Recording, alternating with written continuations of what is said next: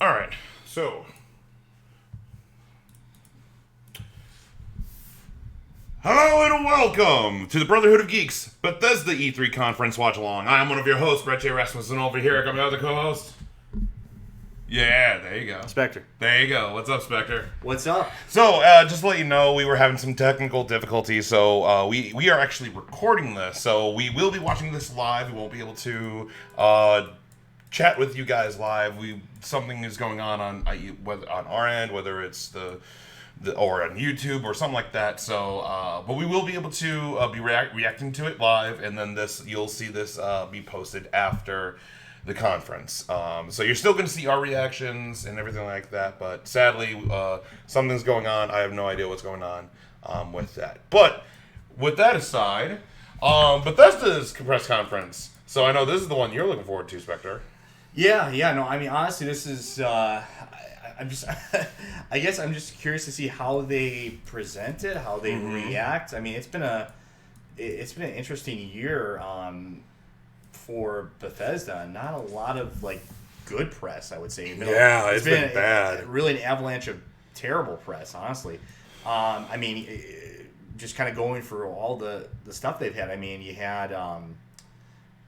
You can go back almost even to Wolfenstein last year. I mean, Wolfenstein was pretty poorly received. Mm-hmm. You had, of course, the Fallout 76 debacle. Did Wolfenstein come out last year? I thought it was the year before. I got to move lower. It was the year before, but I'm saying it was October the year before. But even going back that far, to when some of the problems started for them.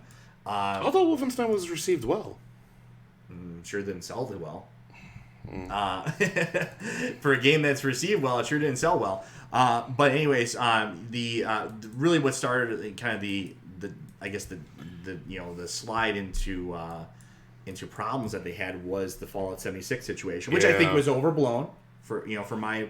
And we've talked about this multiple times on DualShock. True. I won't dig it back up here, but suffice it to say, there was a lot of problems associated with the launch and things surrounding the launch. It was not well received. No. And some of the efforts to try to rectify that were also not well received either.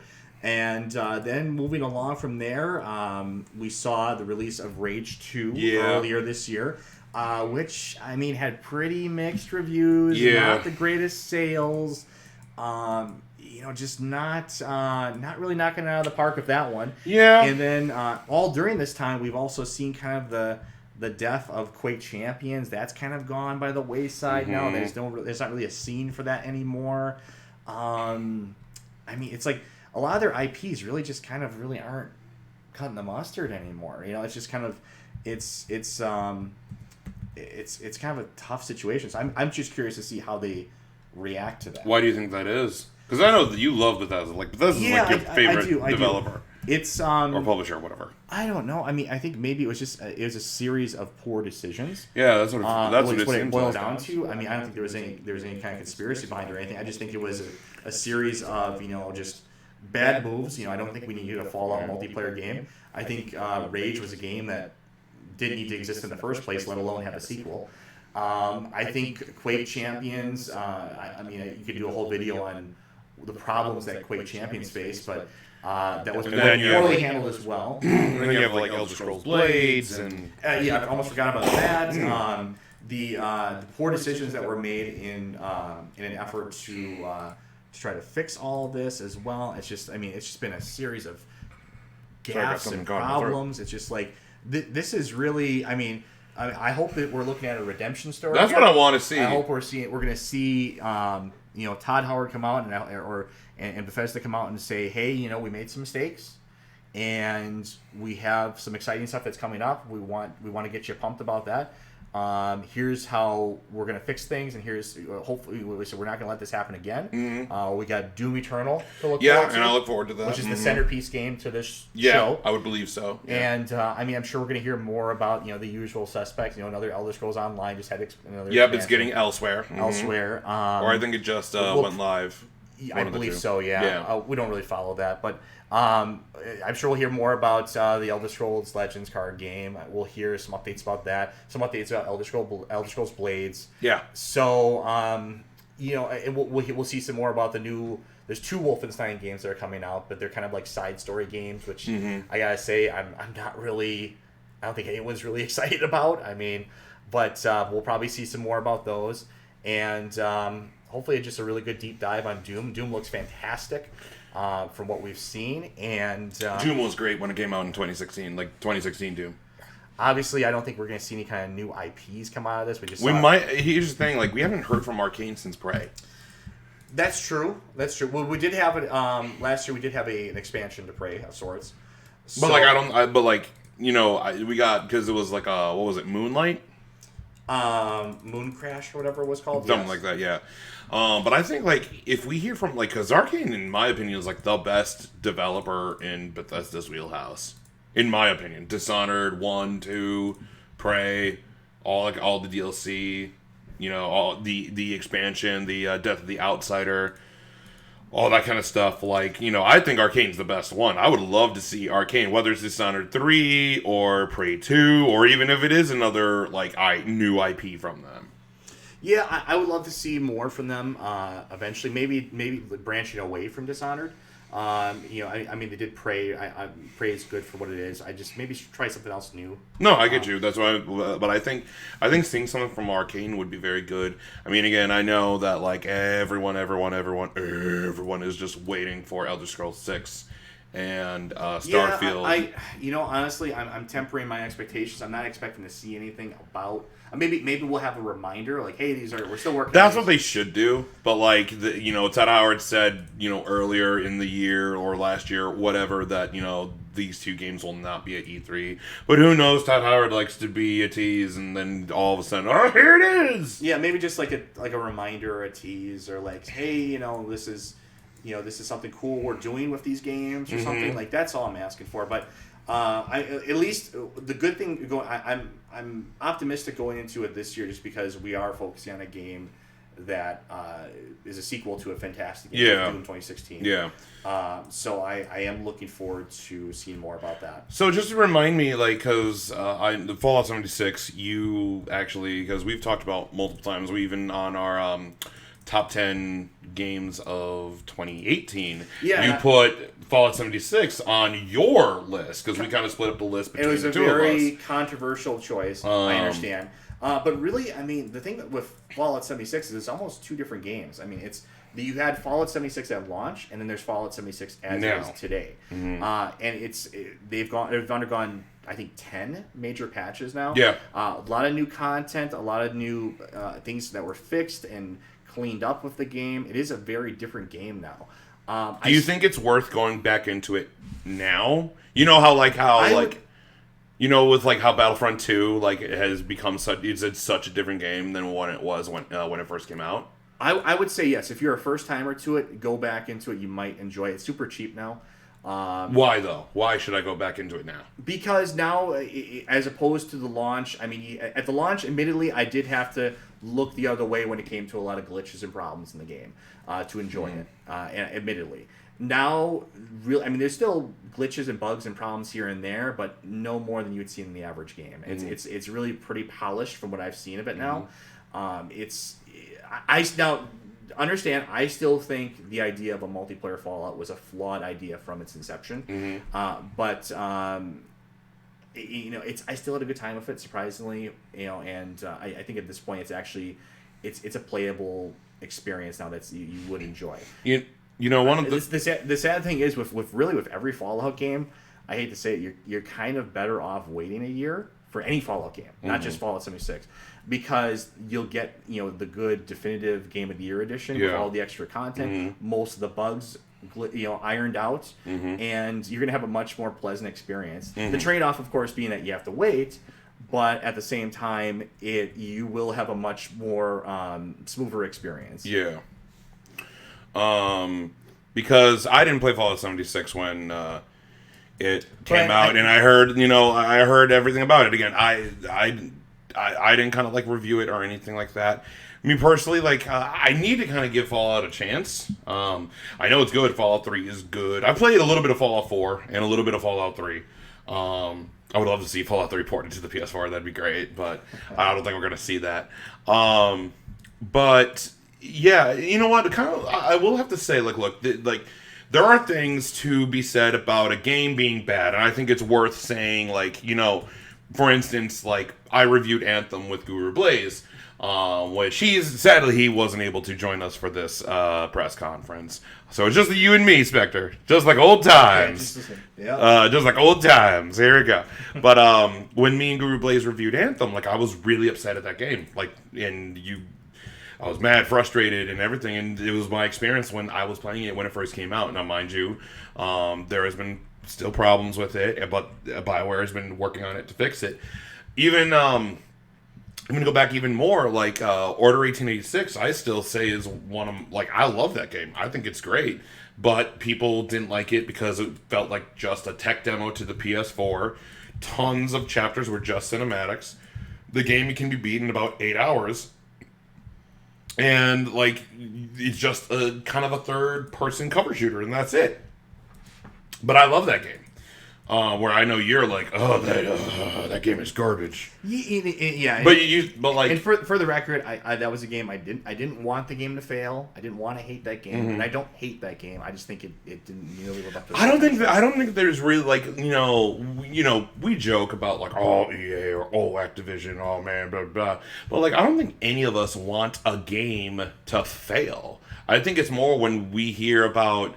I wouldn't say I joke about EA. I genuinely don't like that. and look, I understand. Look, for me and my optimism, I am giving them another chance with Jedi Fallen Order. So, like, there's that. And I guess if that's my nail to fall on, I don't know, metaphor stuff.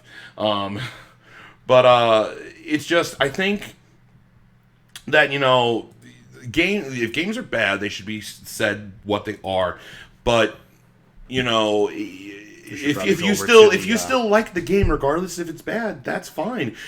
People should be okay. Like Fallout 76, you liked Fallout 76 regardless of all of its problems, and you knew of all of its problems, and you accepted it.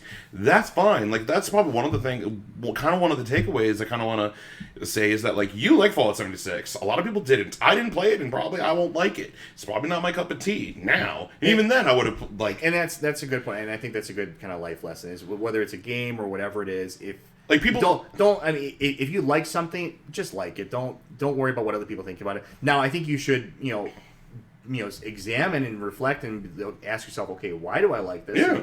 And is there room for improvement in this? Is this I think you should ask those questions, but I think I can explain why I can articulate why I enjoyed Fallout 76. Yeah. And that's while still also saying that I don't think the game's core concept was really all that well formed. I don't think it was a great idea. It felt rushed. It came out of nowhere from last year's E3, and then it came out that same year. It came out. It was obviously rushed, and I think it's you have fun with it in a very almost non-Fallout way. Like, the best parts of Fallout 76 for me. Continue going. I'm just going to transfer over. Sure. So here we go. Honestly, the best part of Fallout 76 for me was just the emergent fun. Just the random stuff that would happen with other players. There we go. There we go. I'm just going to play this. There we go. Just waiting for it to begin. We're about a minute or two before it begins. But yeah, like, that's kind of one of the things is just like the games that you like. Regardless of if they're awesome or bad. If you like Anthem, go ahead and like Anthem. If you like Battlefront, go like Battlefront. If you like Fallout 76, go enjoy Fallout 76. Oh. If you like EA, I'd recommend you jump off a bridge. You're so horrible, Spectre. Well, what is your catchphrase with EA? If you see EA, walk away. It's so stupid, Spectre. All right, so here we go. Bethesda press conference. Here we go.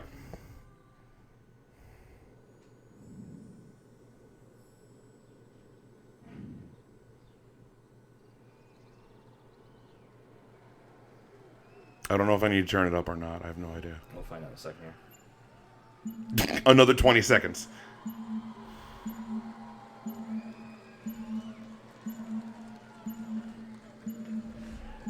Turn up a little bit. Oh, we're good. Never mind. Hey, man. Happy New Year. I love this stuff. Yeah!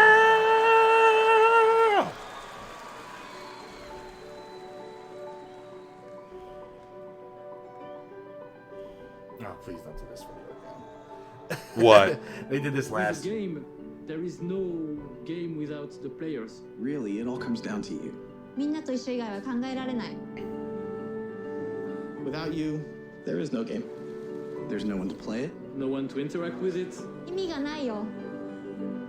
You keep us in check. And we appreciate I that. like this. I like this. This is great. And through all of it, Moon You're Crush, that's always what it there was. with us. you are definitely not afraid to tell us how you feel. Oh yes.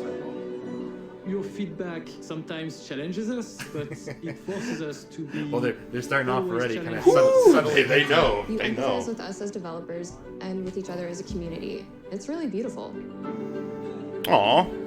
I'm Dinga Bakaba, and I used to take a week off every time a Bethesda game came out. My name is Mark Diaz, and when I was 8 years old, I used to sneak over to my buddy's house to play Doom. I'm Rush Lambert. Daggerfall was one of the very first games that got me I'm into Mike the Elder Wallace. Scrolls world. I'm Dana Christo, and I started out as a 16-year-old gamer who just wanted to bring joy to others through video games. And now I'm game director at Arcane Studios. Now I'm a game programmer at id Software. Now I get to be a part of building that world as the creative director on Elder Scrolls Online. Now I'm a UI programmer at Bethesda Game Studios, and it's everything I could have dreamed of. I see you. I see you. I see you. We see you. Because we are you. And together, Together, Together? we are all. We are all. we are all. We are all. We are all.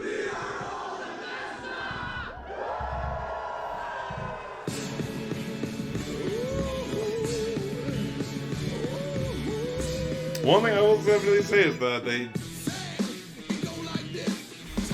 I love the music they play for Bethesda. It's always great. Oh my god.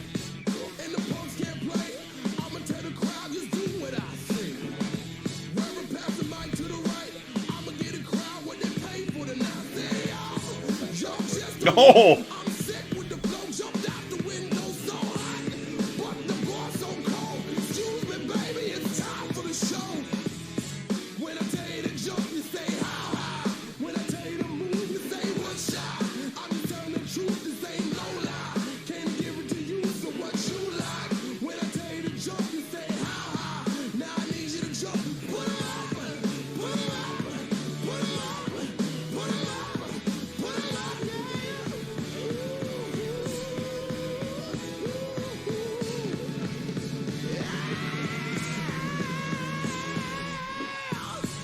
Probably going to be seeing more Wolfenstein in this conference.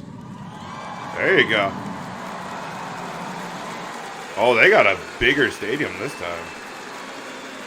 Please welcome Bethesda's Senior Global Vice President of Marketing, Pete Hines.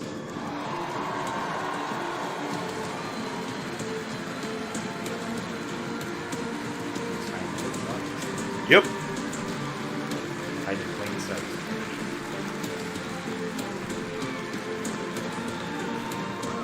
We're sorry. Thank you. Yeah. Thank you very much. How are you? Feel good? Awesome. Thank you guys for being here. Thank everyone watching around the world to tuning in to watch our 5th annual E3 showcase.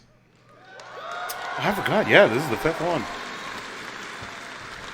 This is a night dedicated to those who love games, who love the incredible entertainment that games provide.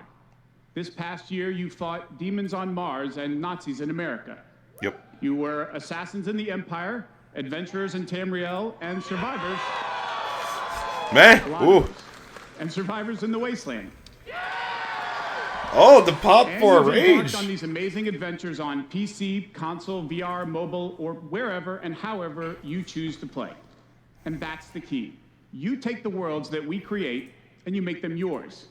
You share your experiences with other players, with friends, and with family.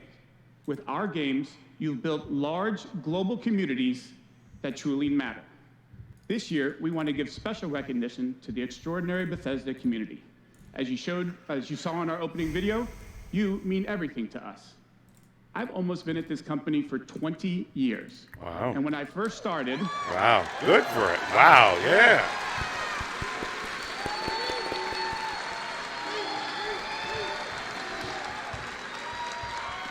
He was not prepared. When I first started, one of my first responsibilities was moderating the community forums, chatting with you, and keeping you up to date on our games. It was a great way to start my career at Bethesda because it was the perfect reminder of why we do what we do.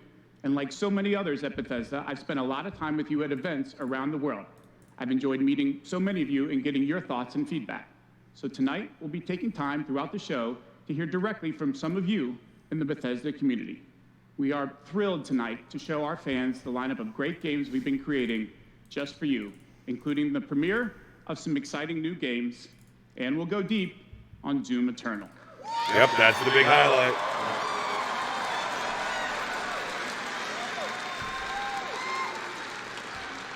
So, if you're ready, let's kick it off and to get an update from our friends at one of the most celebrated development studios in the world, Bethesda Game Studios. Please welcome studio head and my good friend, Todd Howard. Opening with Todd Howard.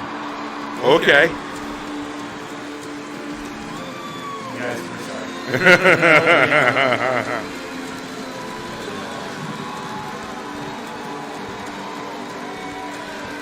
Thank you.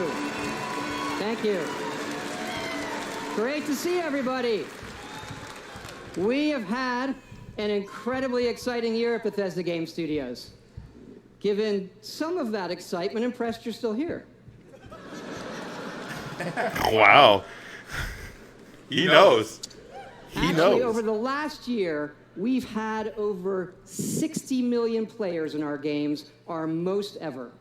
And it's all of you. He's like, hold up. It's all of you who have made these worlds what they are. Take Fallout 76. Whoa. Whoa. Oh, there's a pop for it. A type of game we've never done before. Had a lot of difficulties at launch. Yup. And we got a lot of well-deserved criticism. All right. But the team kept working on it, and you kept playing it. And through all of that, something amazing has happened. It's thanks to all of you. This game has one of the best online communities we've ever seen. We made a post-apocalyptic survival game where you can do whatever you want, and everybody's nice to each other. That's a good They don't thing. go on killing griefing sprees. They leave food and water for the newbies and wave to each other. I don't know about you. This should give us all hope for humanity when the apocalypse does come. Hey, that's good.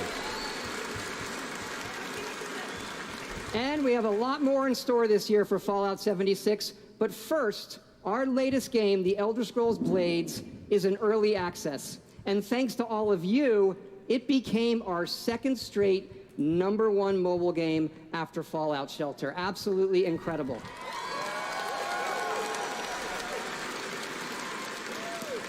And to tell you what's coming to Blades, let me introduce project leader Craig Lafferty and art director Matt Carafano.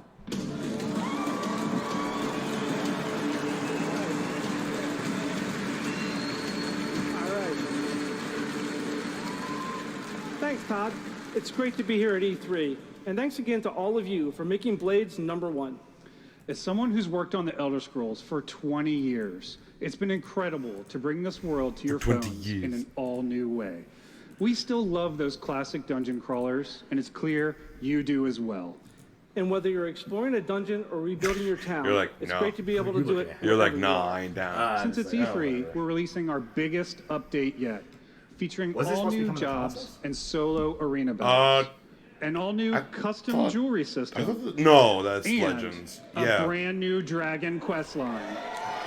This has been in beta. I'm trying to remember. I thought it was mobile, but I could be wrong. It has even more, but best of all, it's coming out tonight. Yeah, it's a mobile game.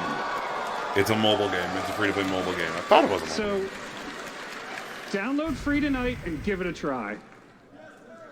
And He's we're also like, hard at work yes, sir, man. on our arena mode for this fall that'll feature PvP, your own guilds, and visiting your friends' towns. But most exciting this year, we're also bringing Blades to an all-new platform, Switchblades. Oh, it's coming to the Switch.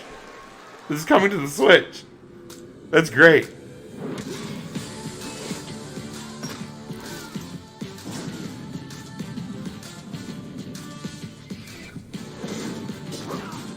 Did you play Skyrim on your Switch? No. No? Why? Because you can take it on the go. I had this wonderful invention called a laptop. Believe it or not, it's been around for like 40 years. You might not believe this. But not only can I play Skyrim on this, it looks 1,000 times better than this. Oh, no, I don't know about that. It does. I'm just kidding. I'm joking.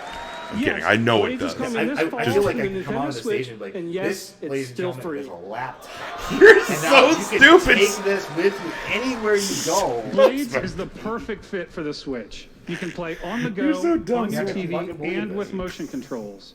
But best of all, it's cross-play and cross-progression with the mobile version. So you can People are really happy about that. So you can start tonight on mobile, and all your progress will carry over. Nice. And it's playable here at E3 in our booth and Nintendo's.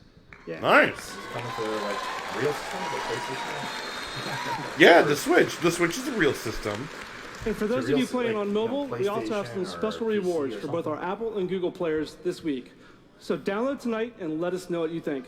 Thanks again. Exclusive Yes. Now, let me introduce Jeff and Tom to tell you what's coming to Fallout 76. They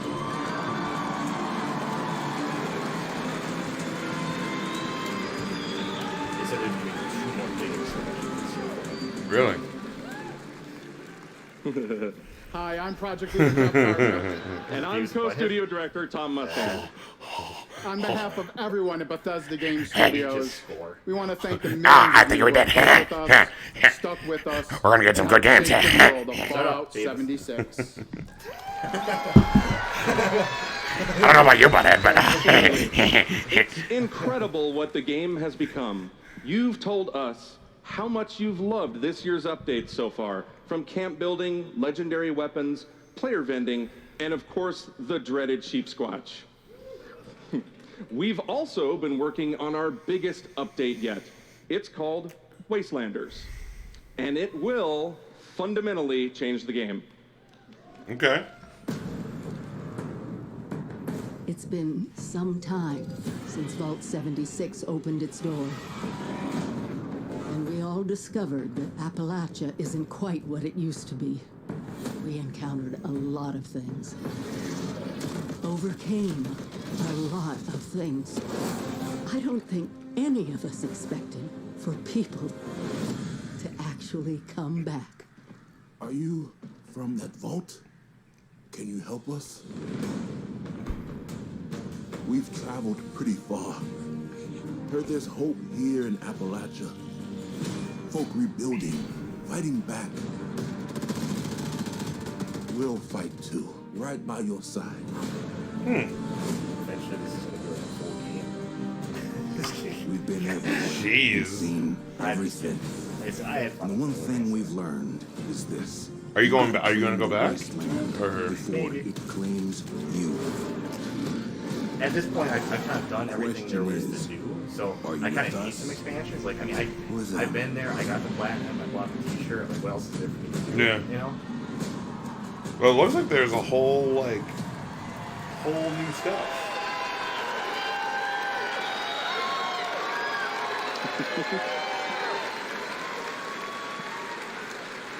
Right. That's right. That's right. Human NPCs are coming to Fallout 76. That's a big apparently, because remember how people were mad about that when the game first came out? I know, it's like it's ingenious though, like you remove But a full features quest and then you have line, to new And you put 'em rewards, back. and as you saw, full dialogue trees. That's nice too. It's not Fallout. That's important. It's not Fallout 4's crappy. This is a 4 button long-term story we're telling. Year 1 was about the vault doors opening and all of you settling the wasteland. Year 2 is about people coming back to reclaim it. Like previous Fallout games, these characters have their own stories and goals. It's up to you to choose how to interact with them and live with those consequences. The Wastelanders update is coming this fall and will be free for all Fallout 76 players. Nice. So it's just a massive free update. And in the spirit of free, we're doing something special just for E3. Fallout 76 is going to have a free trial for everyone starting tomorrow. Wow. That's right. It's the perfect time to see what Fallout 76 and its growing community have become. We can't wait to welcome all of you. And because so many of you are going to be joining us, we thought we'd also give you a sneak peek this week at an all-new game mode. Check it out. Ooh. Hey man, you like this stuff. This is your game.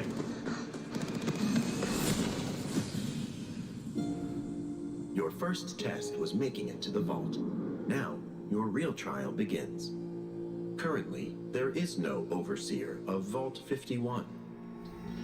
Perhaps you will be the one. Nuclear winter. We are in serious need of leadership, so I have devised a unique process of elimination. A battle to the death is the only sure way to judge the superior candidate. This should prove interesting. Into a burning ring of fire, I went down, down, down, and the flames went high. And it burned. Ring of fire, ring of fire. I love it. That's great. I love it. Oh, that looks sick. Like infected, like venom bat dragon thing. It's already in the game. It is? Yeah. Well, shows how much I know. Those are squirt bees.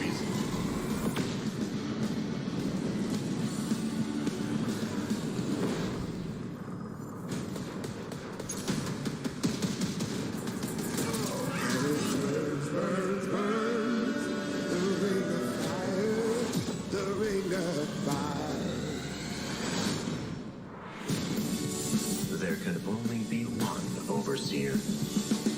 Good luck. 52-player battle royale mode. Nuclear winter. So now they added battle royale. Of course. Yippee. Fuck yeah, we put a battle royale in Fallout 76. Fuck yeah! That's right.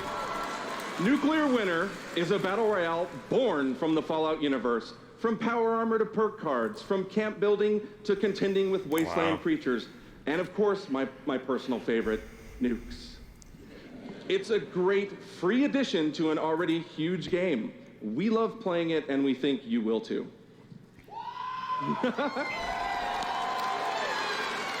I wonder how well that plays. I really hope that plays So check like out well. the sneak peek and let us know what you think.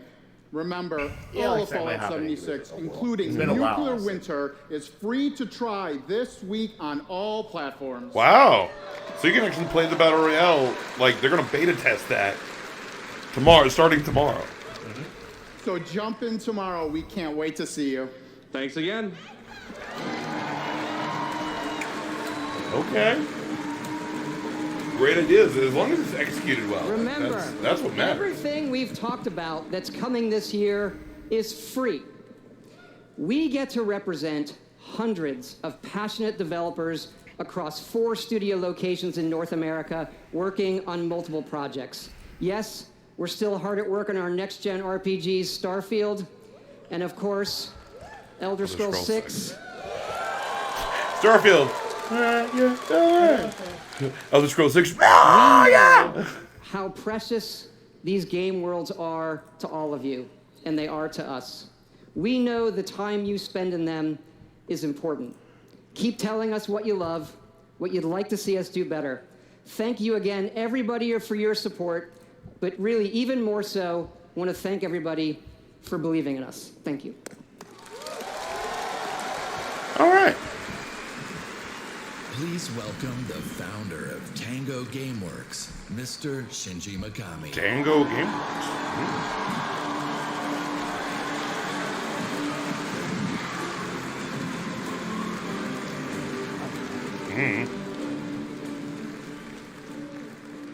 Hello.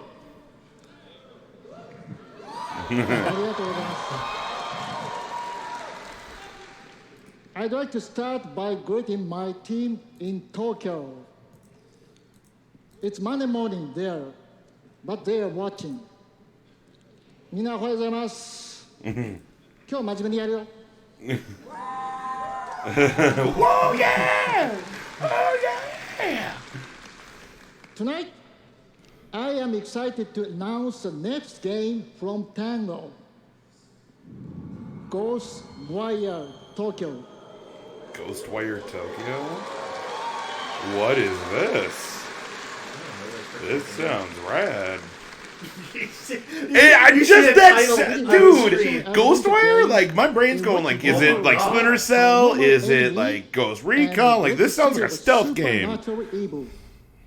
I don't, but it sounds rad. God, you're like the easiest person in the world to impress. You're welcome. To tell you more about You're like the hardest Ghostwire person to Tokyo, impress, so I guess we even each other out. Though. creative director at Tango. I don't blame you. My brain's going in like multiple directions.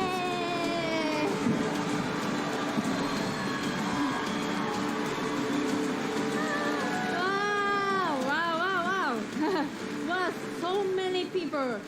Wow. Thank you. ありがとうございます。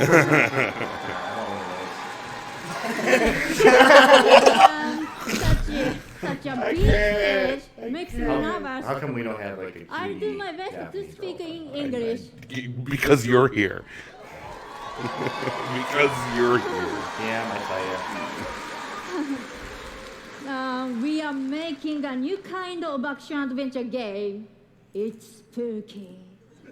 I love her. I love her. People are vanishing in Tokyo. You must find out why. You will encounter conspiracies and the occult. You have to explore the world, face challenges to uncover like you were dying. and save humanity. In the game, you will meet spirits, some dangerous, some peaceful. That's so cute. I love her so much. Have their I don't care about the stories. game. You will need to ask yourself, it is normal or paranormal? I ask myself this question every time I go to the office. Forget about I can't even deal with you, Spectre. Forget about the ghost, whatever. Just kidding. Just kidding. It's just right kidding. there. It's literally right We are there. very excited. Let's take a look. 見てね.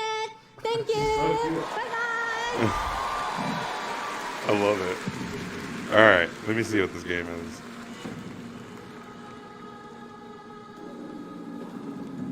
This is gonna be like a metaphor for the decline curve. Whoa, hey now. Come on, Spectre. Don't be doing that. Come on.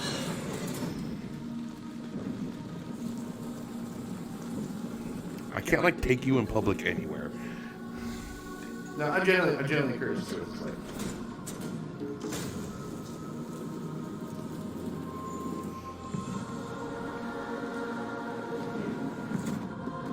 Whoa. Hmm? it's Left Behind Tokyo version.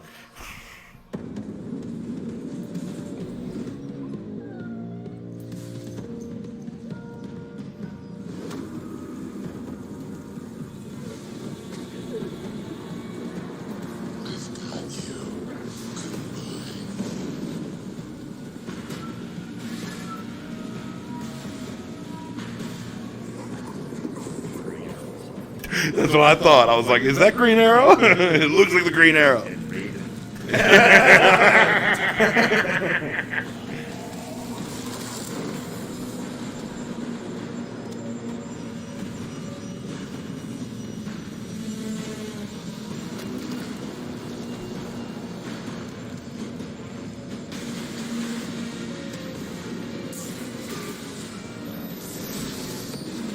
Yo.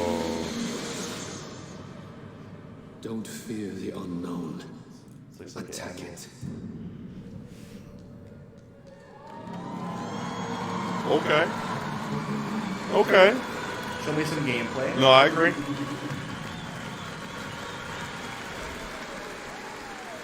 That definitely look rad. I'd much rather have a cutie Japanese girlfriend than When I'm not playing Bethesda games, I work as a mechanical engineer. I work in a hospital. I used to work with kids. I'm an electrician. I'm an event planner. In real life, I'm a systems administrator. Program assistant for a private school for children with autism. I'm trying to be an artist. Yes, I know. I know. Back-end systems that it's really boring.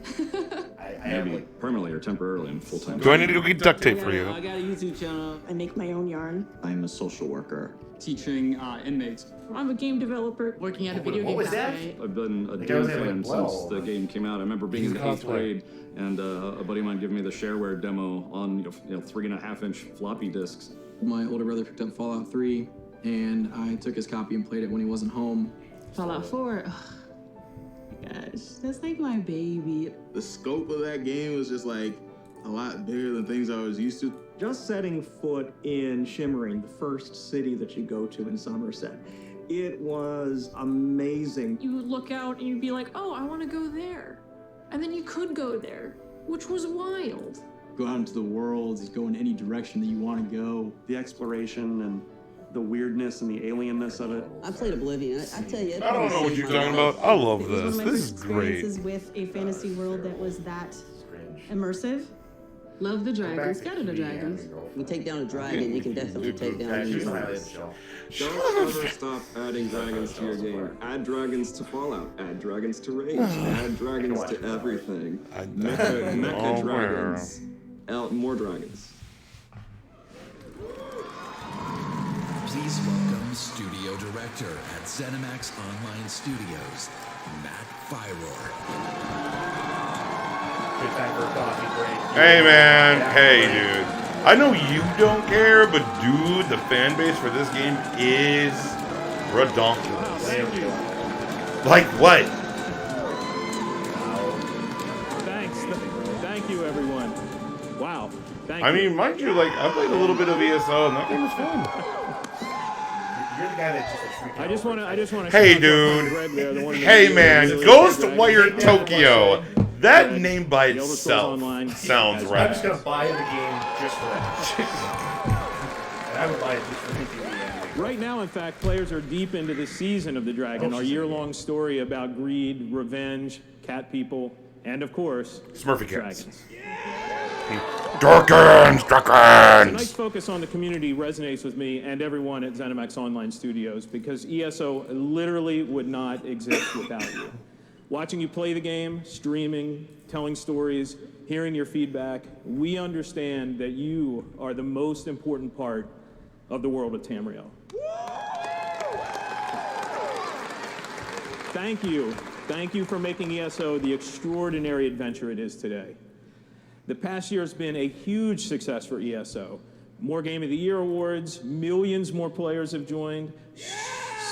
So That dude's hype. That dude is like, yeah! Oh, I am here for this and this alone! All the new players in Tamriel. I mean, if it was PlayStation, then yeah. ESO just keeps getting bigger and better. Just a few days ago, we launched The Elder Scrolls Online Elsewhere. The latest chapter in the game where you're able to visit for the first time. Hey man, Ace back there. Come on now. As well as control the dead. Why you gotta be so mean? Why you gotta be so mad? If you haven't played it You yet, mad? Elsewhere You is mad the over there, perfect Spectre? starting point for You new mad? players. No? Okay.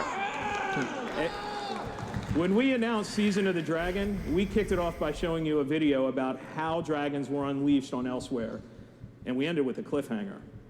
Now, I'm really excited to show you what happens next. Check out the world premiere.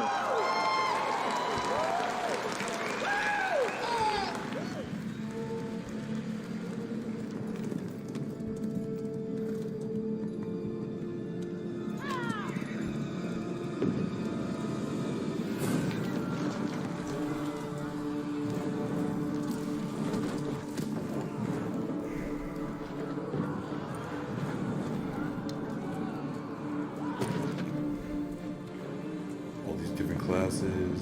Okay. I think that's like the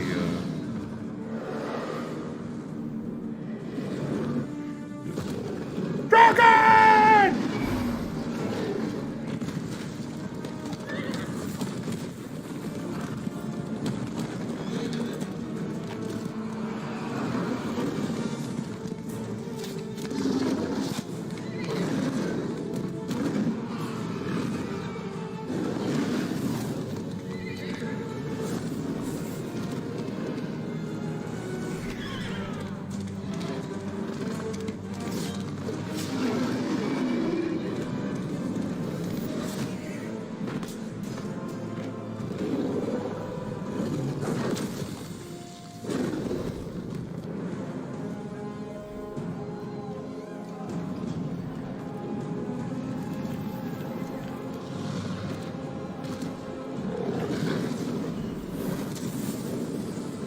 Only I can fight the dragon. Oh, yo, what?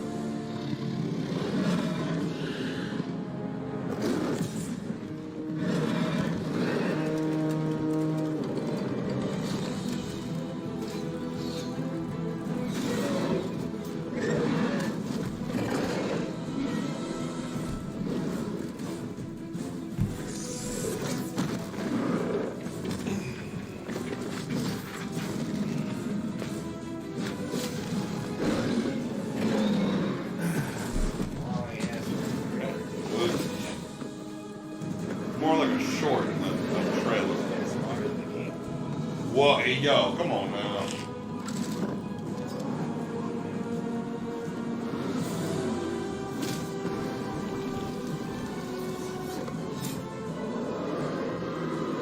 Ooh. Cut the wings. Die, dragon!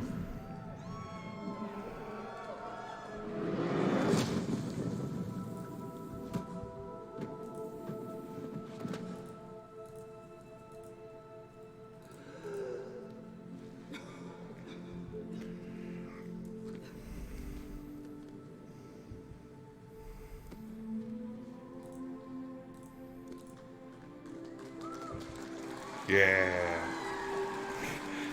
I love it. This is great.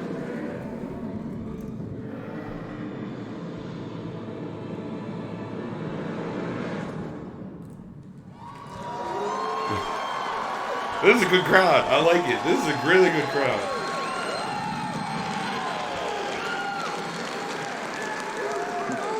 That's right, another cliffhanger. You may have recognized the return of Sai Sahan, the legendary Redguard Swordmaster. He's the legendary Redguard Swordmaster you met as part of the original 5 companions. He's back as the leader of the Dragon Guard, a group of dragon hunting warriors you've seen in other Elder Scrolls games. He'll be featured in our 4th quarter story DLC named Dragonhold, which will complete the Season of the Dragon. We've got a lot more to share about the return of Sai and the Dragon Guard, which will unveil at QuakeCon later this summer. Nice. Before then, keep an eye out for a dungeon DLC adventure called Scalebreaker, which you'll see in August. Dude, the hype for this game is crazy. I love it. Don't matter. It's still so great. much for your support of the Elder Scrolls Online. We're humbled by your enthusiasm. Yes. Your enthusiasm for the game motivates us every day. You guys are seriously awesome. Thank you.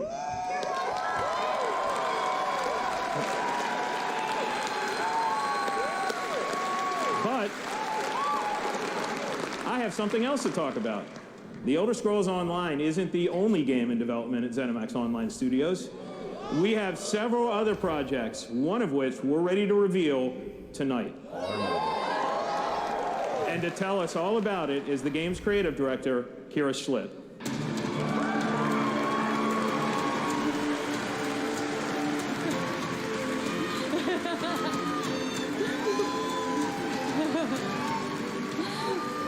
Hi, everyone.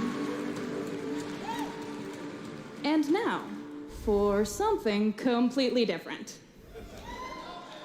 Imagine a classic Saturday morning cartoon in free-to-play mobile game form. Let's take a look. I hate it. Because it's a mobile game?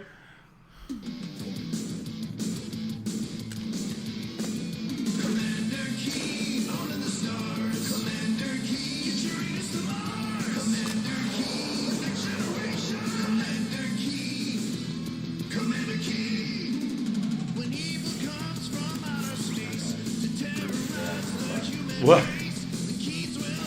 The highlight of the show was I don't even know what you're talking about. Not even the Fallout 76 stuff? Okay.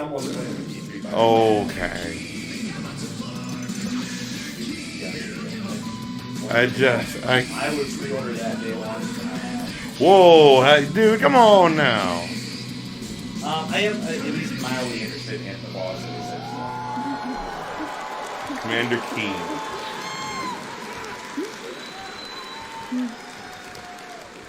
So, there's a new branch on Commander Keen's family tree, and they're heading to iOS and Android. If you're hearing about Commander Keen for the first time, it was one of the first PC action games created by id Software in the early 90s. Yeah. Oh, wow. It starred boy genius Billy Blaze, whose alter ego Commander Keen protected Earth. All of us at ZeniMax Online Studios want to give a really big thanks to our friends at id for trusting us to deliver our modern take on this classic game.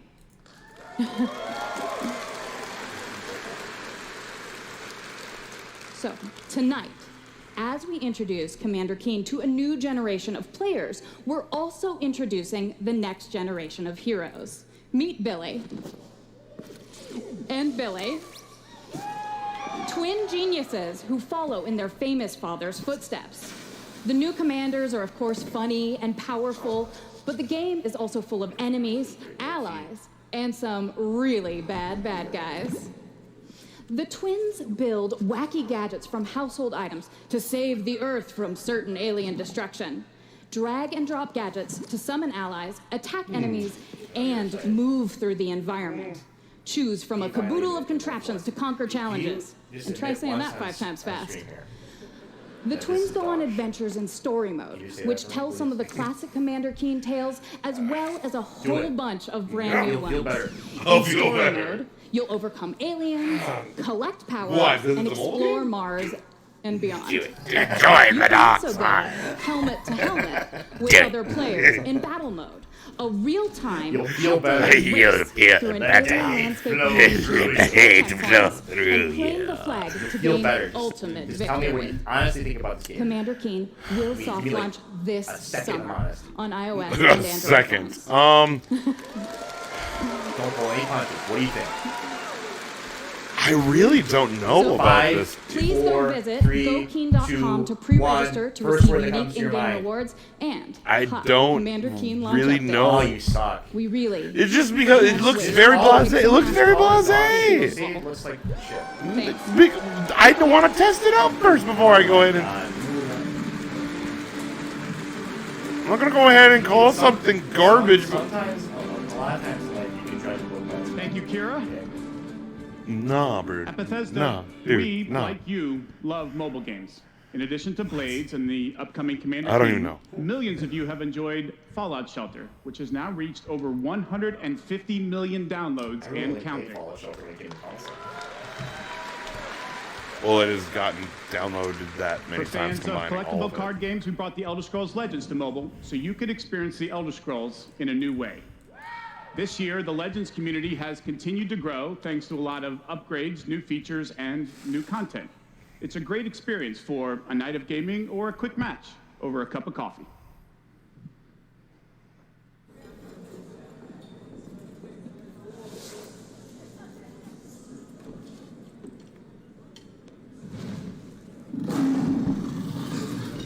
You know you want to play this game. You already play it.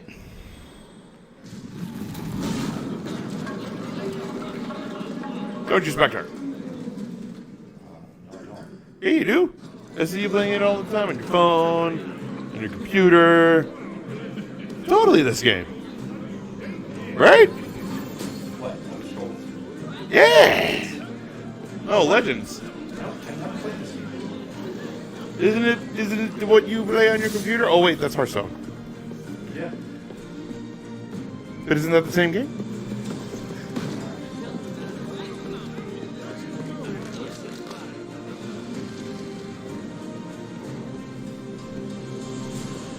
Oh, we got an update. Cyberpunk 2077 Flash Edition is official. Nice.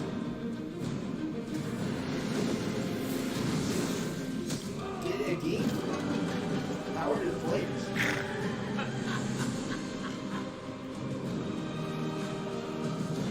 like you're playing. Freaking fight me!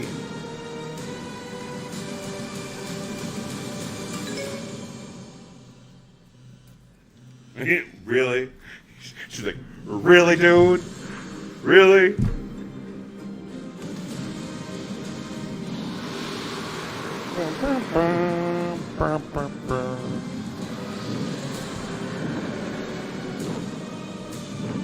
I said before, Dragon!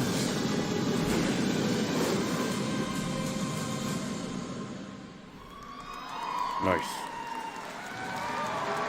Excuse me. Cyberpunk 2077 Collector's Edition. Pre-order. Hooray! See? Dragons. See? Dragons!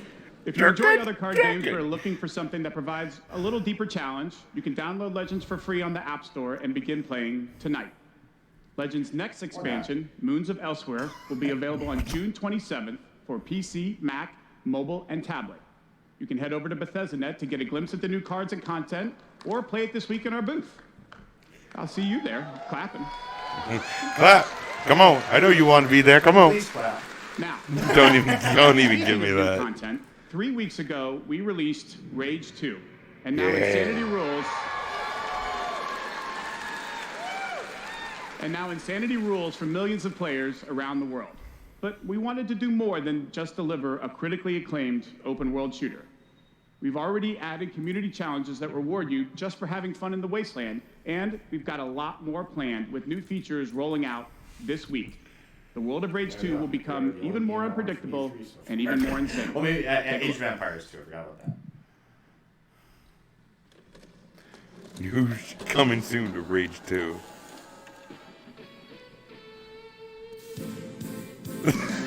I love these. I love this so hard. Look all around at this destructibility. Withstand when the red barrel drop unwillingly. This is go fight around the bend. All of this. This new day of the beast. New cheat codes from the Wasteland Wizard.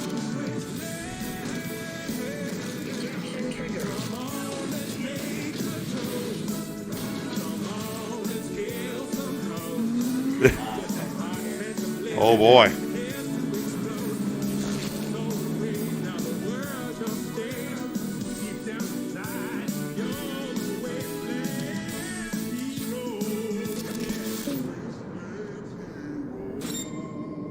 They are coming. Rise of the Ghosts.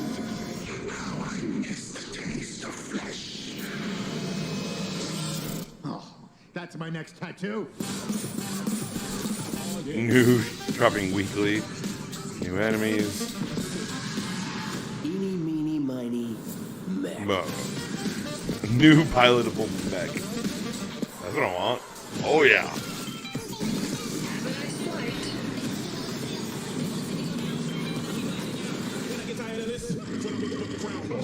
I got a tremendous surprise for you all.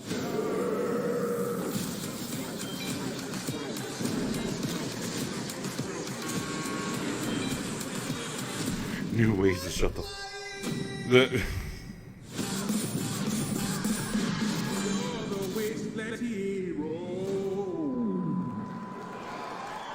Nice. Nice. Please welcome executive producer at Machine Games, Jörg Gustafsson. Dude, I already did. I did, yeah. Before you got here, before you came back. Yeah. After liberating America from the Nazi scum in Wolfenstein 2, The New Colossus, this year we take you back to Europe with 2 new Wolfenstein games. First, we are bringing Nazi killing into virtual reality with Wolfenstein Cyberpilot. As a hacker working for the French resistance, you will take control of Nazi war machines and turn them against their creators.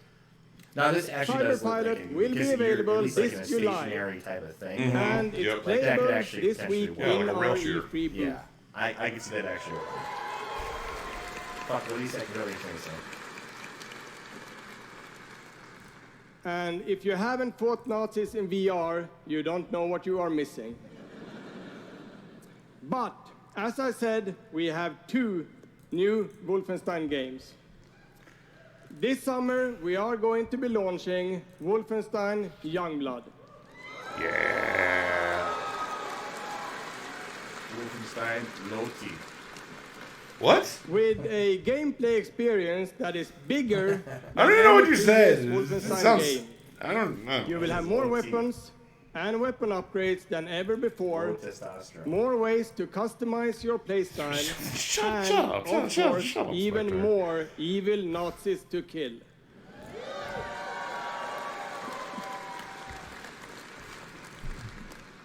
And in Youngblood, you can kill those Nazis with a friend.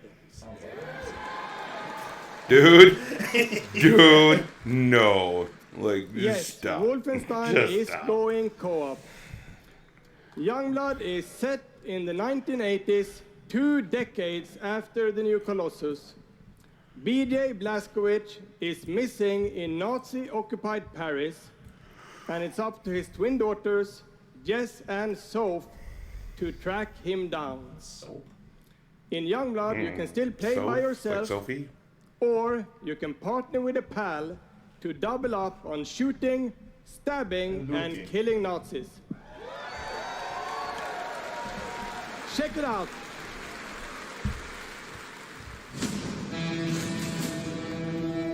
Paris. Nazi country. That's where Papa is, so that's where we're going. We can find him together. I may have an assignment suitable for 2 Nazi killers such as yourselves.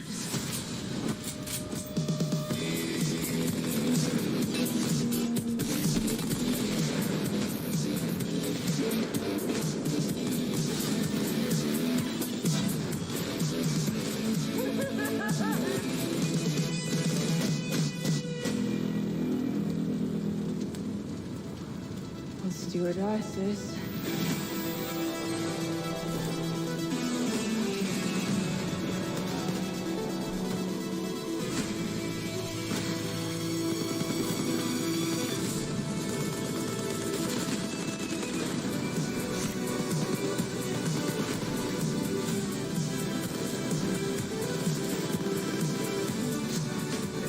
Shut up, Spectre. I hit you, but like, what are you doing?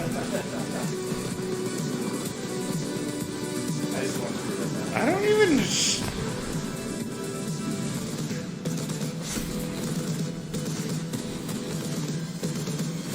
This looks like great fun. Wolfenstein Youngblood. Yeah. I mean, this is a nice little diversion like Old Blood was. Whatever, I guess. I'm honestly not sure the VR game, but it won't actually work because it'll be Wolfenstein Youngblood releases on PlayStation 4, Xbox One, Nintendo Switch, and PC on July 26.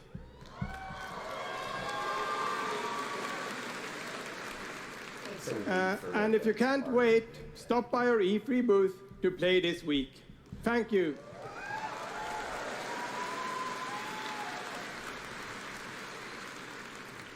And now, I'd like to welcome to the stage my dear friends from Arcane Lyon, who worked with us on these 2 Wolfenstein games, Dinga and Sebastian. If these guys are from Arcane, yes, please. Hey, man.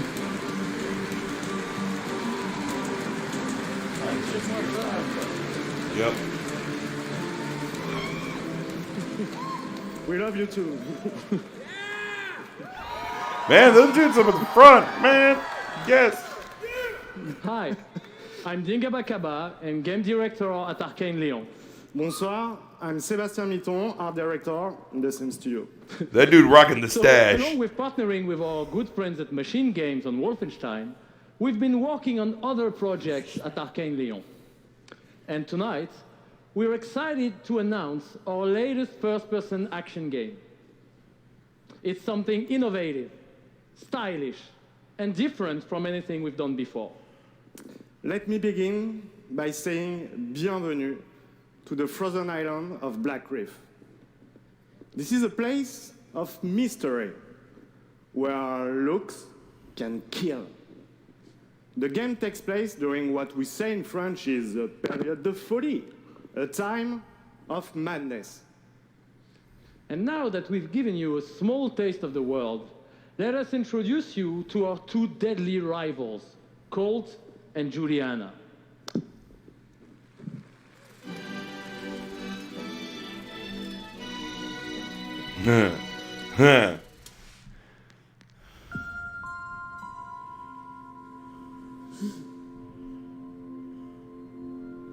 This place isn't a paradise. It's a prison.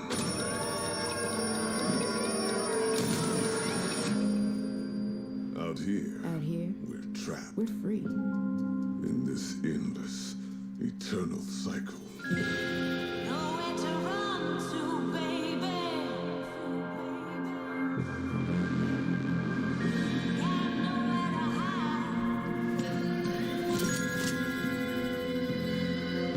My life's purpose is on this island. And I can't let this go on any longer. Ooh. The more days I repeat, The longer that I'm out here, the more certain I am. of what I have to do. The only way to protect the cycle The only way to break this cycle is to kill you. Oh.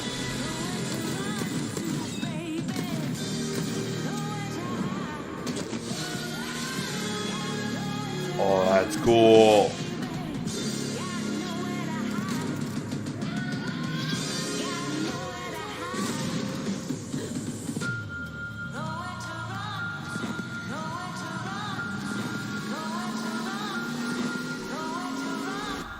Time is on my side. Deathloop. Oh, yeah. Yeah. Oh, yeah. Yeah, oh my god, yes. Yo. I love that concept.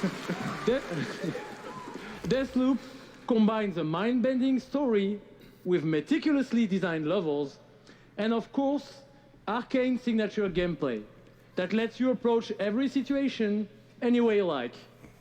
Because in the endless clash between these two extraordinary assassins, how you play is up to you. Plus, I think it's really fucking cool. That's right. That's right. I love that concept. Excuse my French.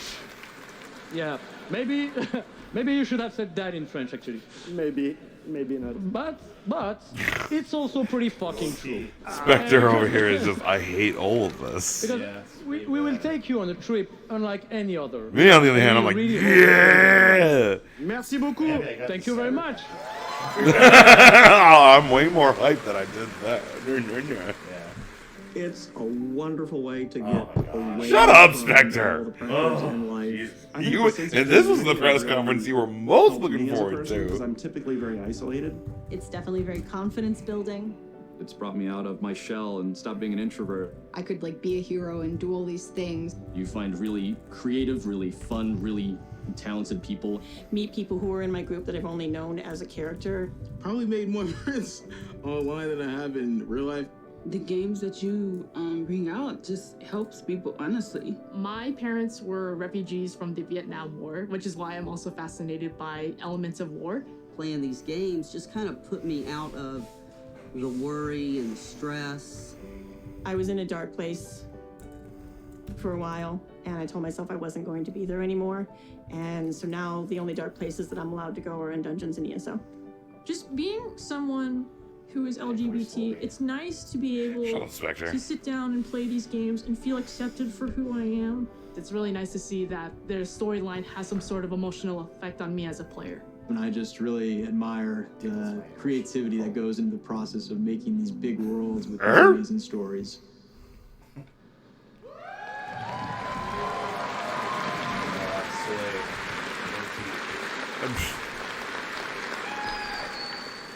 Building these fantastic worlds and telling these stories comes from a passion to deliver the very best experiences for our players. Hi, I'm James Altman, Director of Publishing at Bethesda.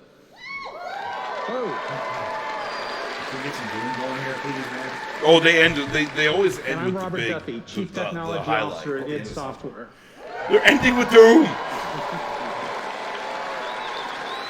I got my pre-order phone ready here. Give me a collector's Tonight we edition. have some exciting new And a release technology date. to show you that can dramatically improve gaming for millions. So for the past 2 decades, Yeah. we've approached game development not by looking at what is possible today, but with a vision of what can be possible tomorrow. And at Bethesda, we're proud of our legacy of innovation, Yeah, where I again and guess. again we've changed the industry. We were the first to use physics-based engines for sports games. We were groundbreakers with Go Anywhere, Do Anything, open-world RPGs. We are the inventors of the first-person shooter, which is now the world's most popular form of gaming. Yeah. Yeah. It's because of the original Doom. We are pioneers in downloadable content and the first to bring The mods to pioneers of consoles. downloadable And content. actually, since we first brought mods to consoles in 2016, there have been 1 billion mod downloads for Fallout and Skyrim.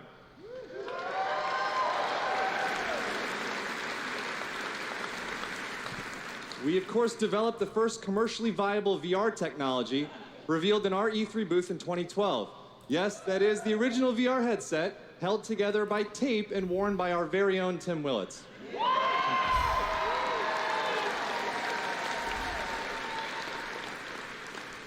And of course, we are well known as developers of best-in-class engine technology with our id Tech engine.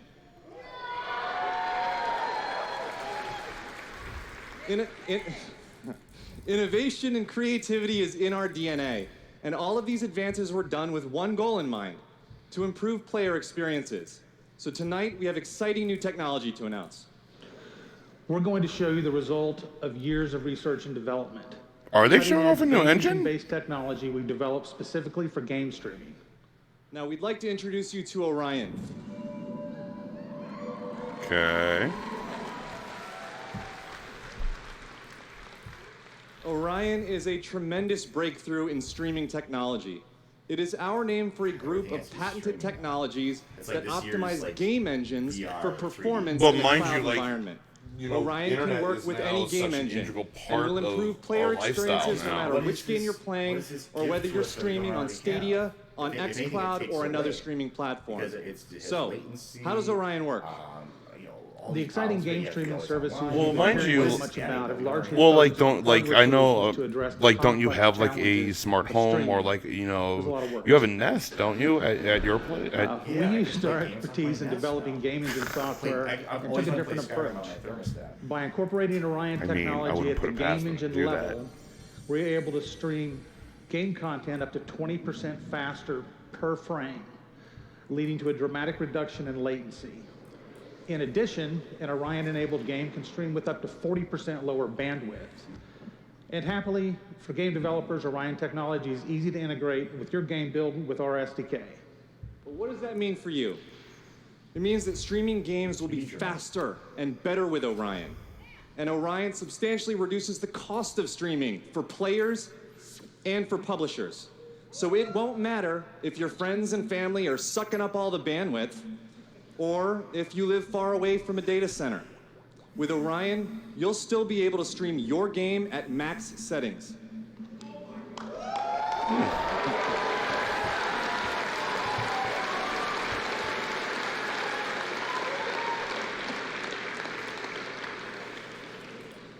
Now, as with any new computer technology, one must ask the question, can it play Doom? Can it play Doom? Good question. Can it stream an unrelenting, fluid, first-person shooter with native 4K resolution at 60 frames per second? Let's see.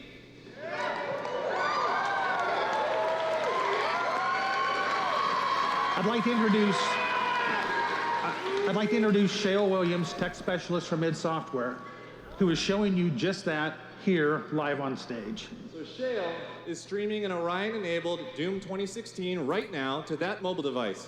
As you can see, there is no reduction in visual fidelity. Wow. That's Doom at 60 frames per second without perceptible latency. And we want you all to experience this powerful streaming technology yourself as we test and refine it. So for a chance to be among the first in the world to stream Doom 2016 for free, all you need to do is join the Doom Slayers Club by registering at slayersclub.com tonight. Because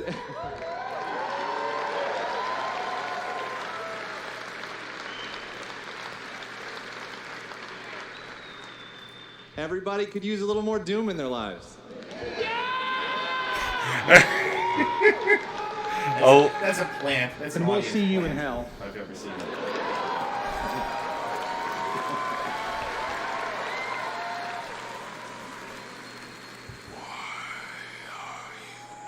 hello, Doom.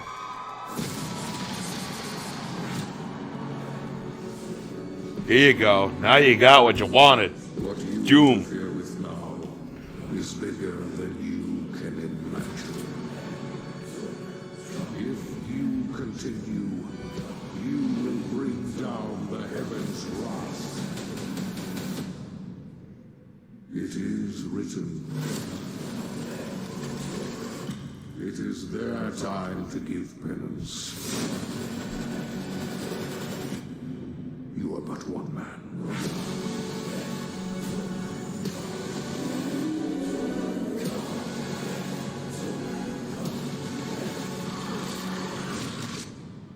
They are no longer your people to save.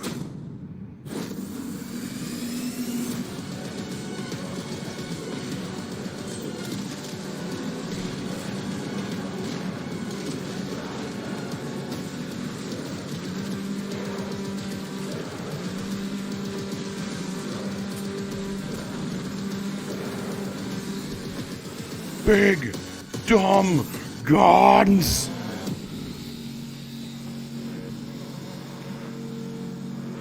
Doom Eternal.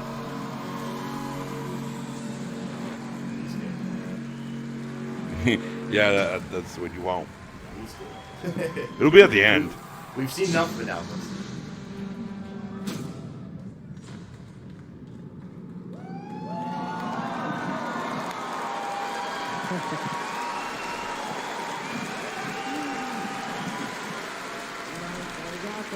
That was awesome. This is awesome. Thank you so much. I'm Marty Stratton, the executive producer of Doom Eternal. And I'm Thank you. and I'm Hugo Martin, the game's creative director. I like this crowd. As you just saw, we're not just building a world for Doom, it's an entire universe. Earth is on the brink of annihilation. It's being consumed by demons. And your crusade to save it will take you across dimensions to locations never seen before in Doom, from heaven and hell to the Sentinel homeworld and beyond. Yeah. Nice.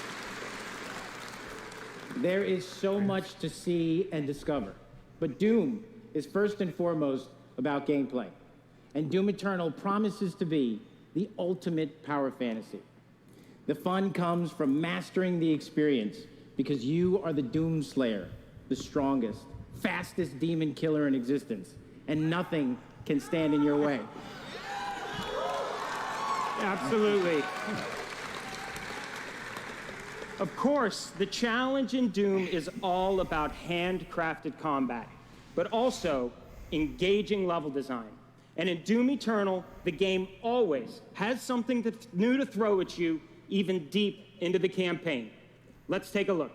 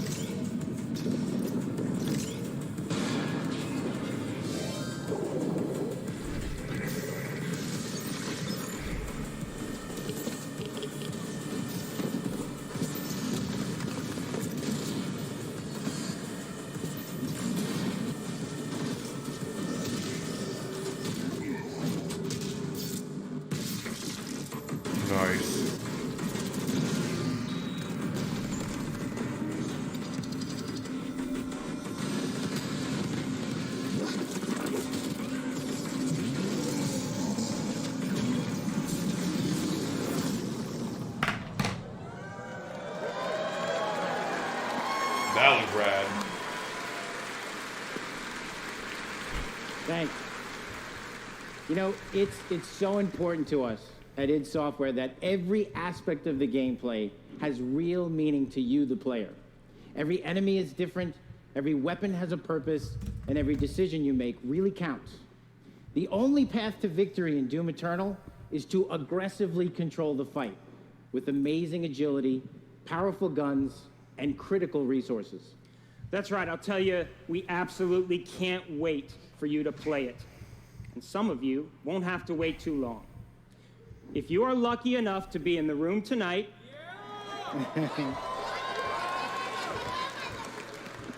you'll have a chance to play it immediately following the show.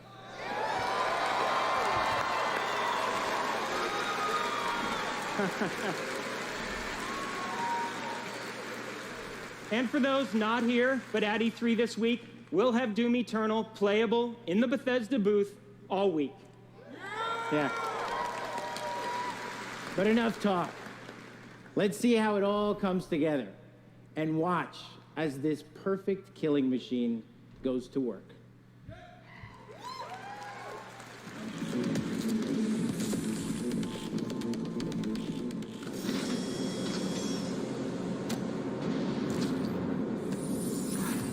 Charting a flight path to Mars. Calculating thrust vectors. Launching in 3, 2, 1. Approaching planetary entry phase. Prepare for turbulence.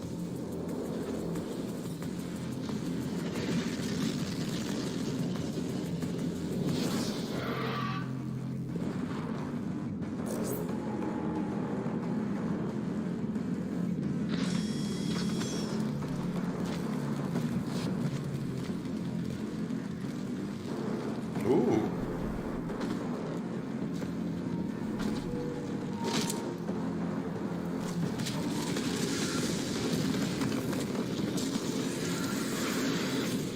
You want big jump guns? We got big jump guns. Nice.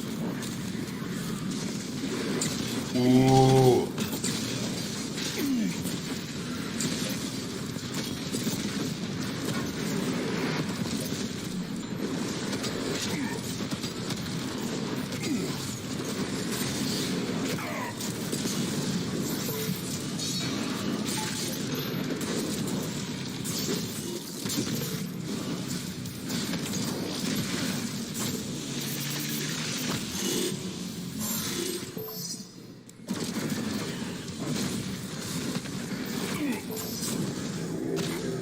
Jeez.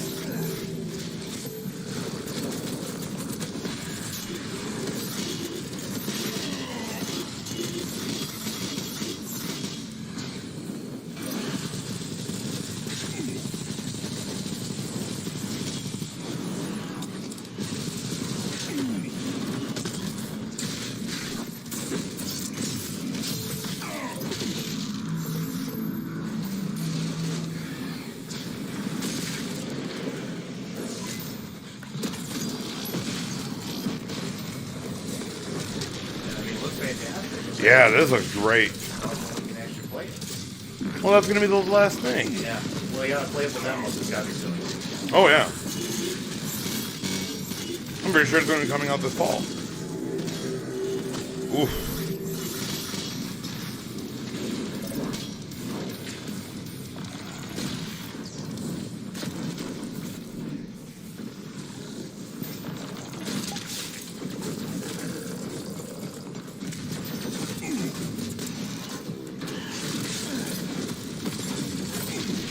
I love that you have like the grappling hook. Yeah, it gives a lot more mobility. Verticality, everything. I like that. So you can like move away, you can grapple it, and then pull yourself towards it, and then you shoot it.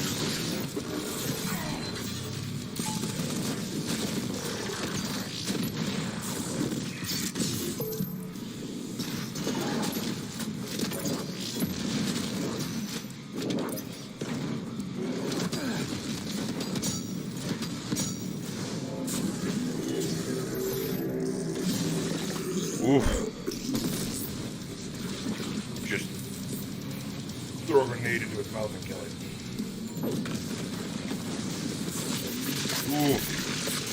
Ooh.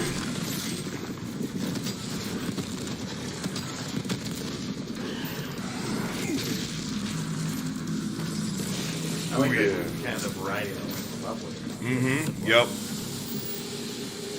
Because one flaw in 2016 is everything kind of did blend together. Yeah.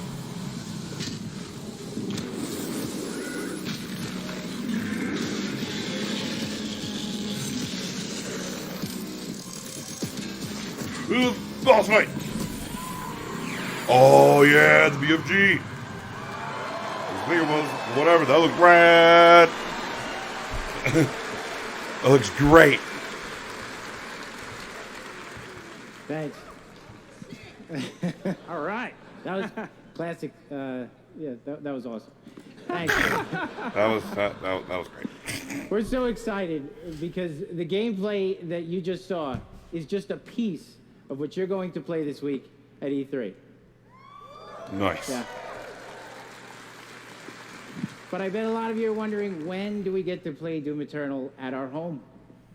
Well, you don't have to wait too much longer. Tonight. Not quite tomorrow. Tomorrow! Right now! But Doom Eternal will release on November 22nd. Yo.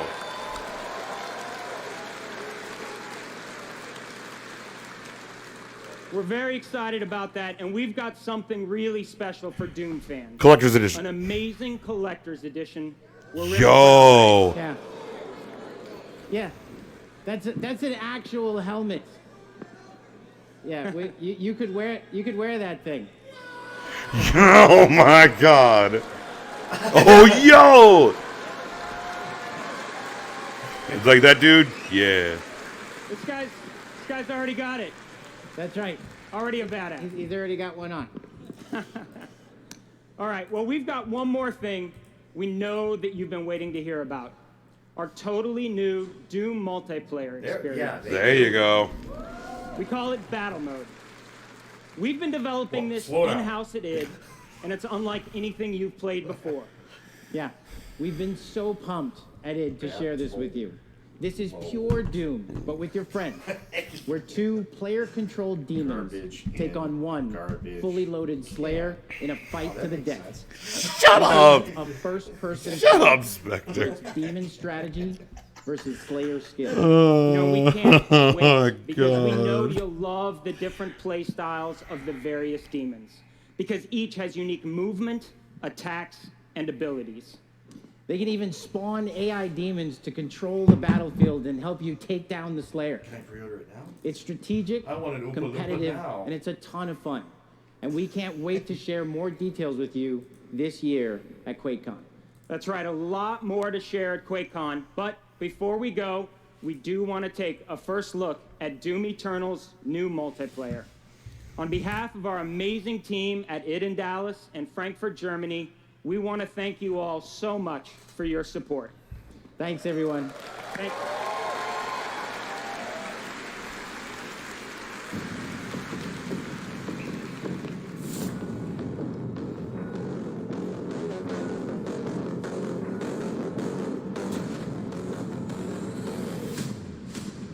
Fight.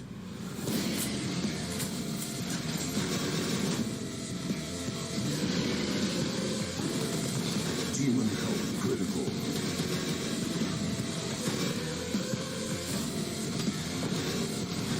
Slayer health critical. Slayer killed. Round 2.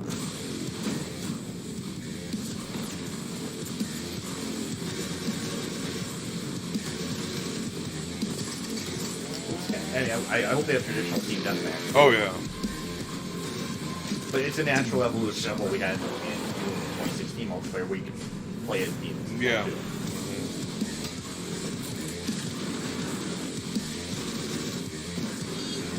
I think deathmatch is automatically a given. But like that's like the new, that's what battle mode is. This is the new mode that's in it, in the multiplayer. A battle mode.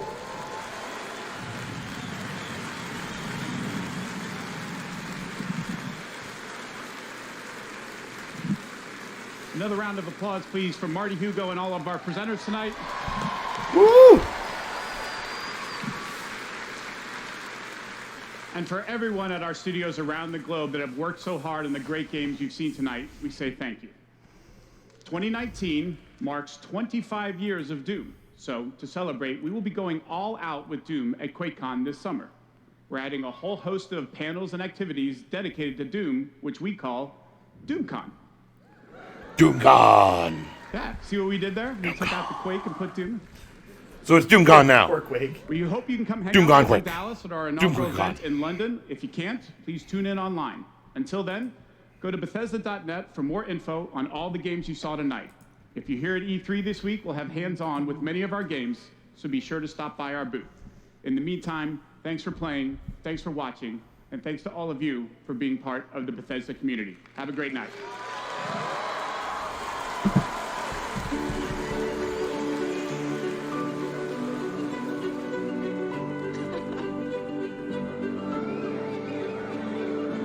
At Bethesda, we're in the business of creating heroes. 超クールな敵もね。 But the true hero is you. It's like we hand you this malleable clay and you do these extraordinary things that we never could have imagined. We get to build these worlds and these communities, and you all come in and you play, and you bring these worlds that we create to life. You help us build richer worlds. みんなのおかげで助かってます。 You add meaning to everything we do. We are glad you're here. We're so glad you're here. To the heroes. ヒーローたちに乾杯。 To the heroes. À la vôtre. Shit, I don't have a drink. To you.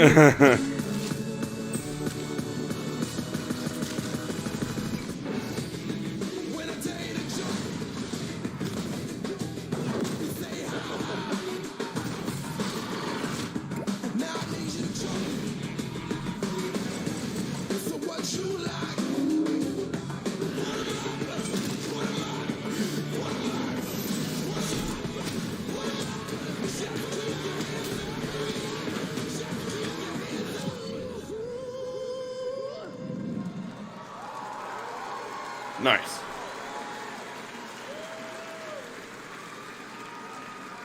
And I believe that is the end of the press conference. All right, let's go ahead and transfer over. Whoop. All right. Woo! All right. All right, Spectre. So what'd you think? What'd you think of this press conference? I mean, it's, once again, a couple of, big highlights, but overall pretty low T. Really? Yeah. I think this was much like this one definitely, even though it was shorter than the Microsoft's, Microsoft in quantity, but this one, it was very focused on it's here's this, here's that, here's this, here's that. Yeah, they're all like that, but I mean, but the thing is, I mean, it was longer than I thought it was going to be. It was like an hour and a half. Yeah. But I mean, of course, it gave a good focus on Doom Eternal. Yeah, that was the centerpiece of the show. Mm-hmm. It checked all the boxes. We got a release date, and it is soon. Yep.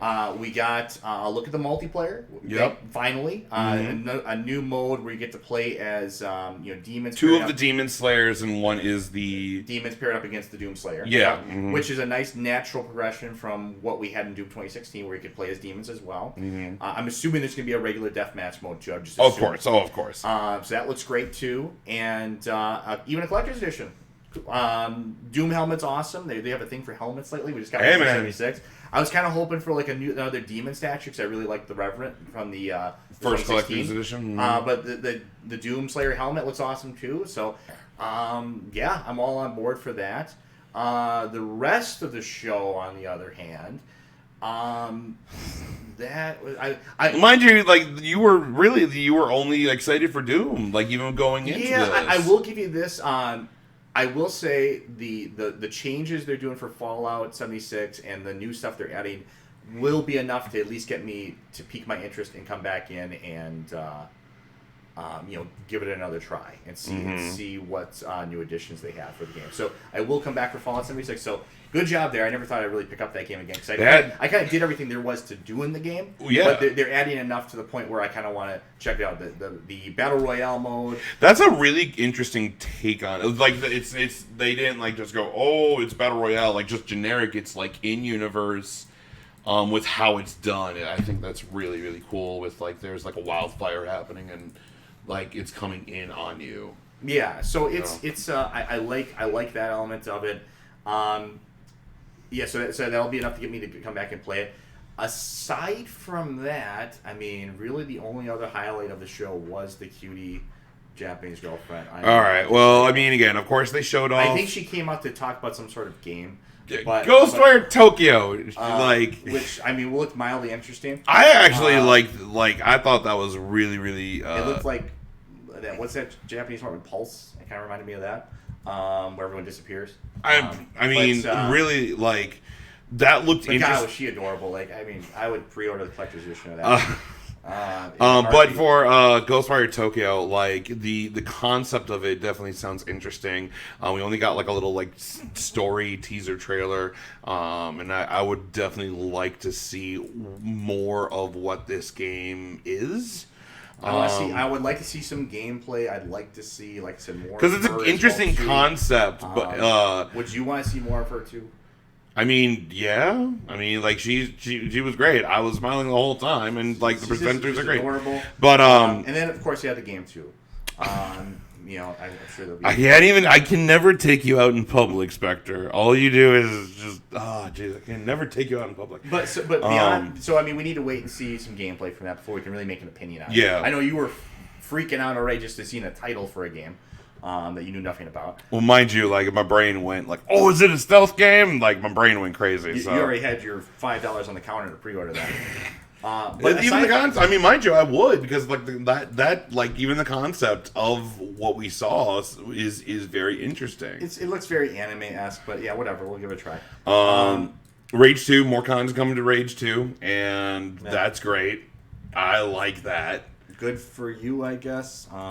What else? What was my problem for me? Like Arcane's Deathloop.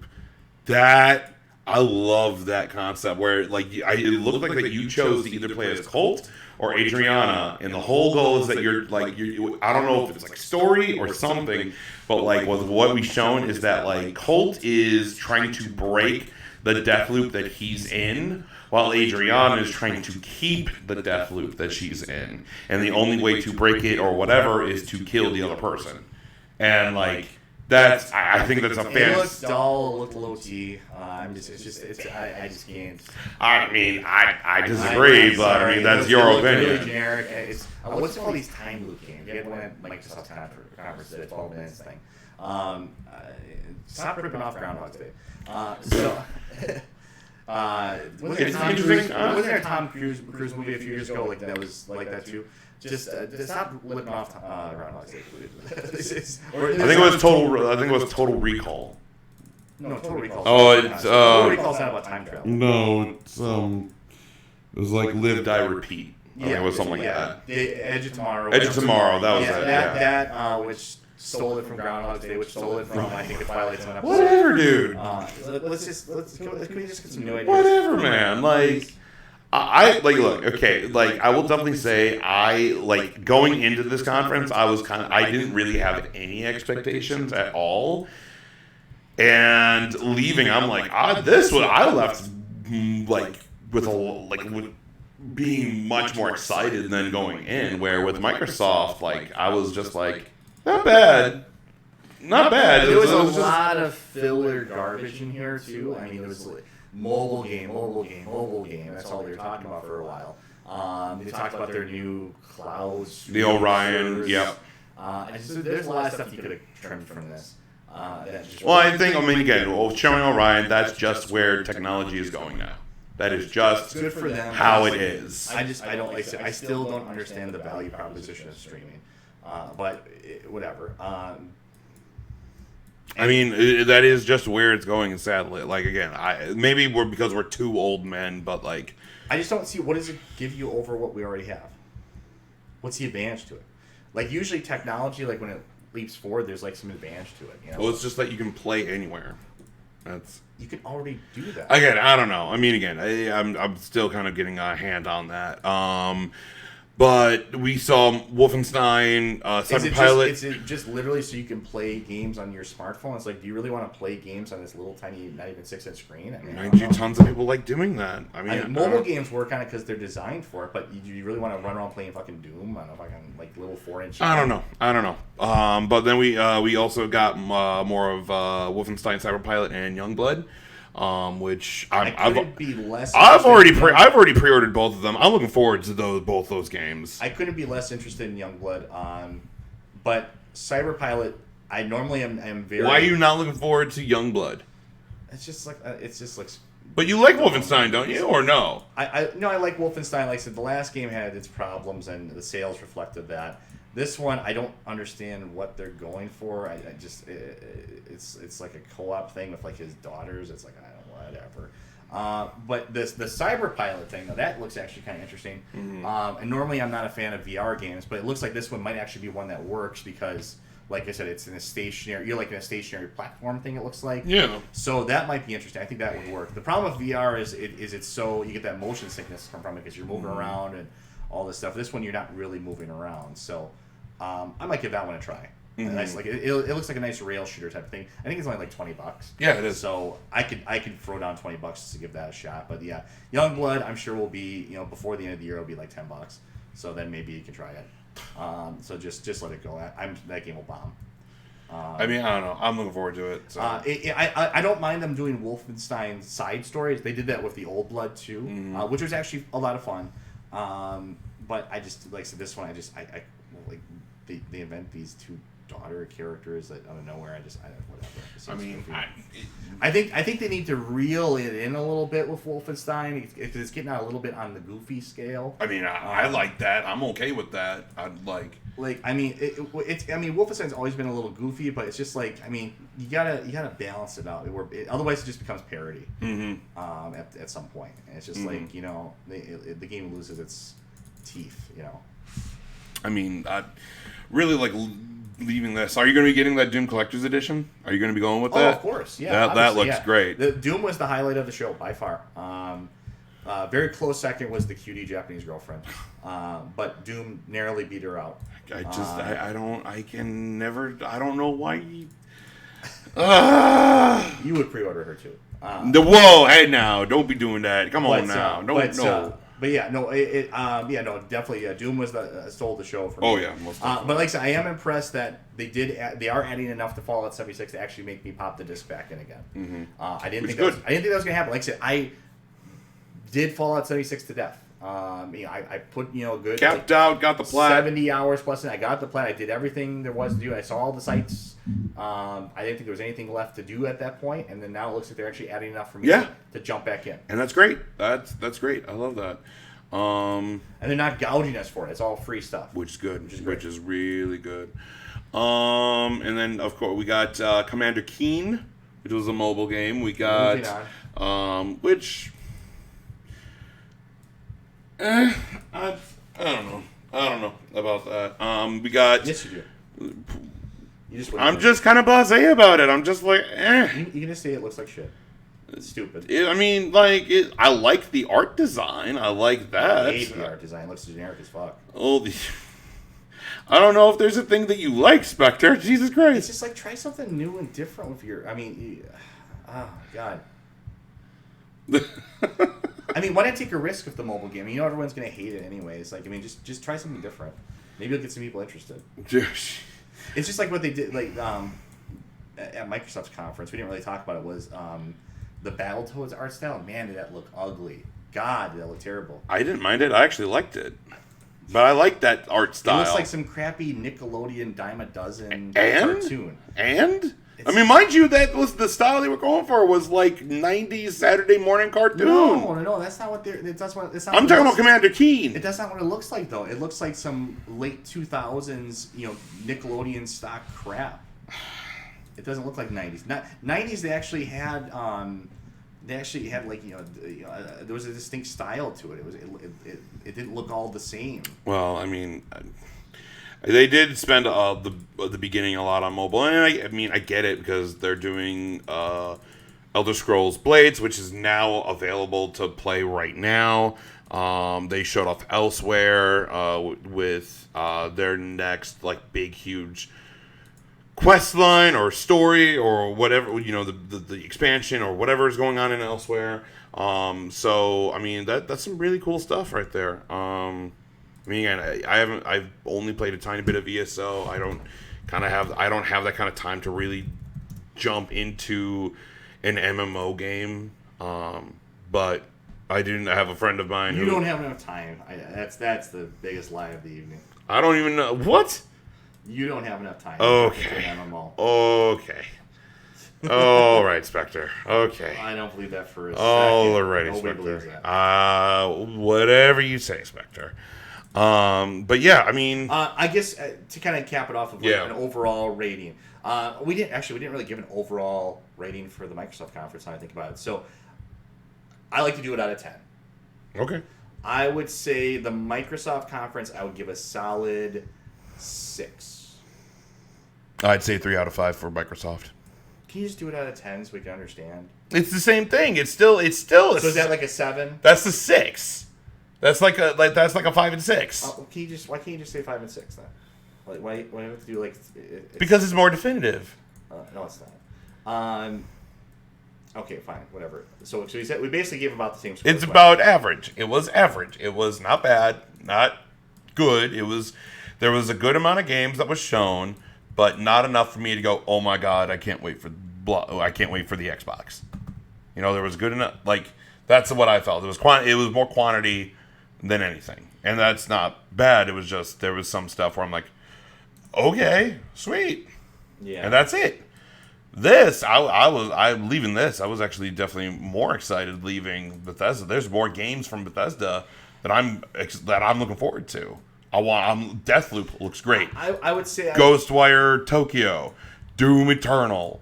I mean, it did everything I expected it to do. It gave us Doom Eternal, gave us the release date. Hell, I might even go ahead and get Fallout 76 and go play that new content. That actually sounds really cool. Yeah, do the trial. Like that definitely sounds like fun. There's a good number of games that were shown. Yes, it was shorter and there was less games being shown, but we got a really good look at each of them, in my opinion. Yeah. It's like I said, it did everything that it was supposed to do. I would give it probably like a 7 or a 7.5. For me it would be like a 3.5 out of 5. So a 7. That's a 7. About the same score as me. Yeah. That's a 7. Like I said, the highlights of the show, obviously Doom Eternal. Yes. Did everything that it was supposed to do. I give them a lot of credit for that. It looks fantastic. Really good job on Fallout 76, dragging me back in, which I didn't think was going to happen. Yeah. And then the cutie girlfriend looks great. She's amazing. All right. And then she might be attached to a decent game. So who knows? But if nothing else, we got a cutie Japanese girlfriend out of it. Yeah. So I mean, good. Honestly, and good press conference just overall. Like the look, the style, the presentation. I really liked it. But yeah, I'm looking forward to Doom Eternal, Ghostwire Tokyo, Deathloop from Arcane. I might go and play Fallout 76 because of its new content. Really, there's a lot of stuff from this that I'm looking forward to. The Wolfenstein games, yes. So yeah, I'm looking forward. Anything else that you want to say, Spectre? I think we covered everything. I think we got everything that we wanted to talk about for this.